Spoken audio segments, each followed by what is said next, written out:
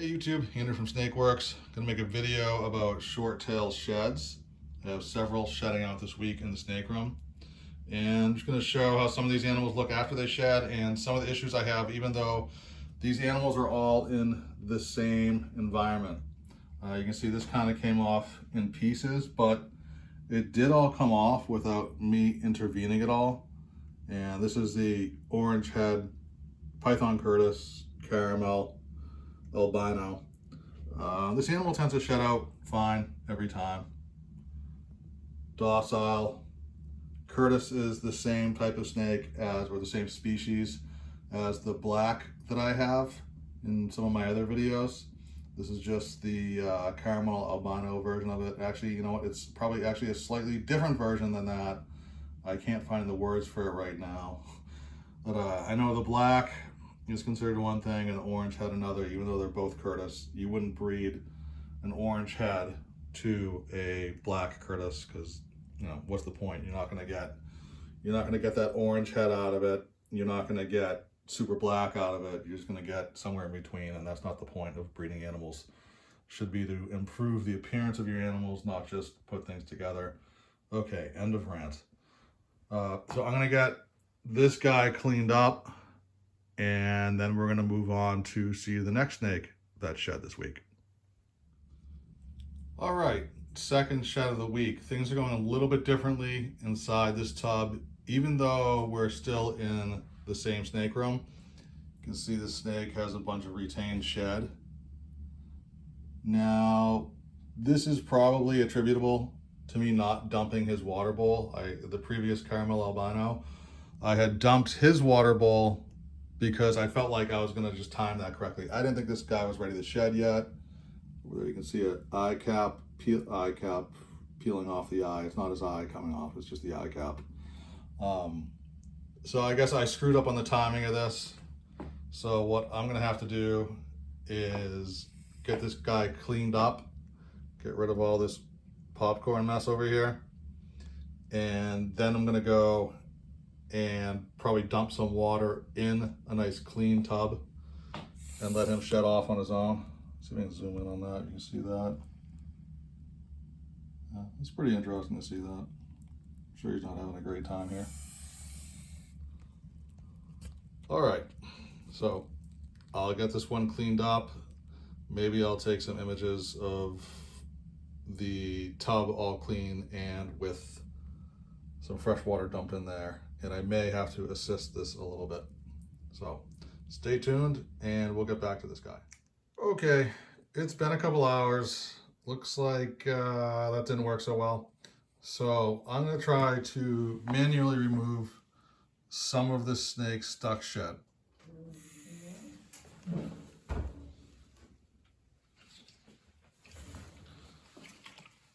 gonna take a spray bottle of water and just try to get some of the stuff up top loosened up a little bit or more pliable.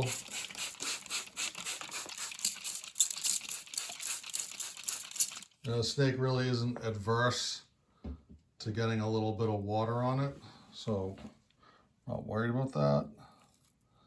All right, this looks like this is coming right off. Nice, and he's just about had it with me. Okay, I'm gonna bring you back in. See if I can just get this off of you. There we go.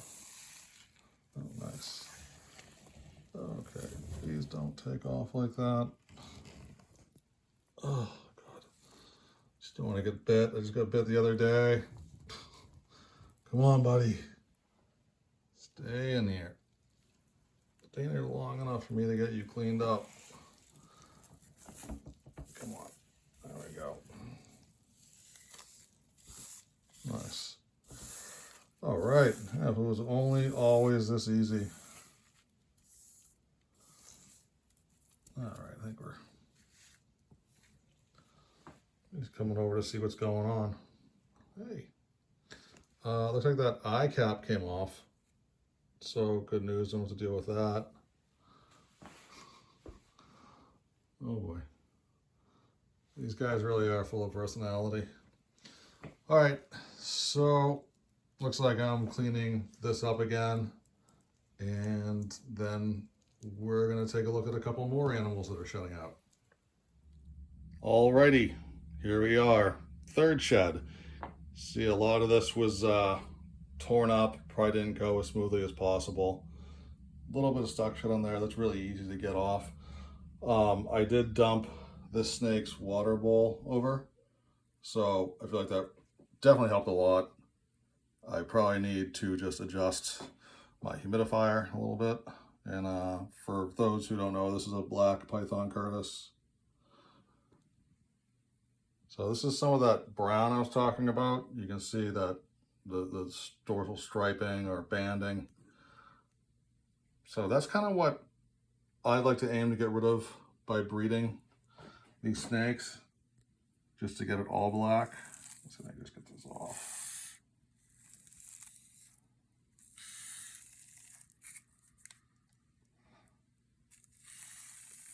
So it looks like there's something on the side of the face there as well. So I can zoom in on that. So I'm going to check that out. Let me see if I can do two things at once here. All right, so that looks like that's somewhat attached. So I'm gonna have to, well, it'll probably come off on its own.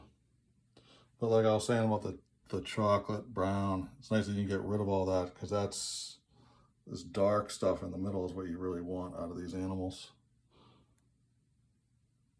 She looks a little bit darker in person than what you're seeing on this video. I mean, that's just the way it goes with lighting and whatnot. This camera is trying to overcompensate because the snake's dark.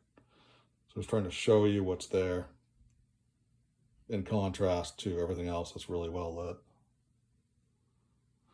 But these are easygoing animals. If you wanted to get a short-tailed python, maybe the Curtis would be the place to start. They're just not as bitey as any other short-tail complex. All right, so it's time to get this girl cleaned up, and then on to the next and final shed of the week. All right, here we are, fourth shed of the week. Pretty cool having all these animals shed out at the same time. This is a T-positive albino brongersmai, and I had dumped her water bowl probably 4 or 5 days ago, long enough that I was like, oh, maybe I shouldn't have done it that early. But as you can see, well, the shit all came out in one piece. She's holding on to it. Still coming. Oh my God. Oh my God. Wow, okay. A little bit left there. So that was successful. I feel like she almost always has really good sheds.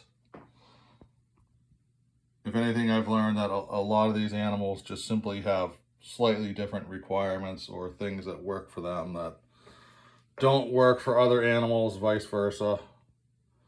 So it's important to pay attention to your animals and not just assume that everything's going fine because whatever sample population you might pay attention to, or whatever the pretty snake that you pay attention to is doing fine, that doesn't mean the rest of them are. So I'm gonna get her cleaned up, and I think we'll put all these animals that shed together just for some sort of a composite image for your viewing enjoyment. And here we are, all 4 of this week's sheds together. Got the striped martyr VPI combo, caramel albino, T-positive albino, and the black Curtis. As you can see, all these animals they don't attack each other or anything. They're pretty chill together, which is nice. You know, sometimes I put animals together to breed. They can react poorly, and although these animals are not being put together to breed, they just seem to get along fine and are really chill. You know, I made a video earlier this week where I was bit by a different animal, a brongersmai Brighton cross that I got. And I mean, first of all, it's stupid because I was putting my finger on the animal's snout for an extended period of time. But I think also I had raised the temperatures in the rack to combat some bad quail, I guess you could call it, earlier on.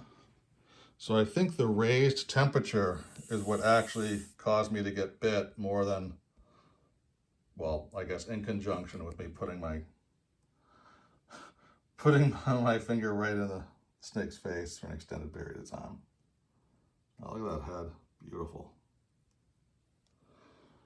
I hope everybody's enjoyed looking at my short tails as much as I do. If you have any questions, go ahead and put them right in the comments. I'd love to hear what you have to say. And if you want to see more, please subscribe.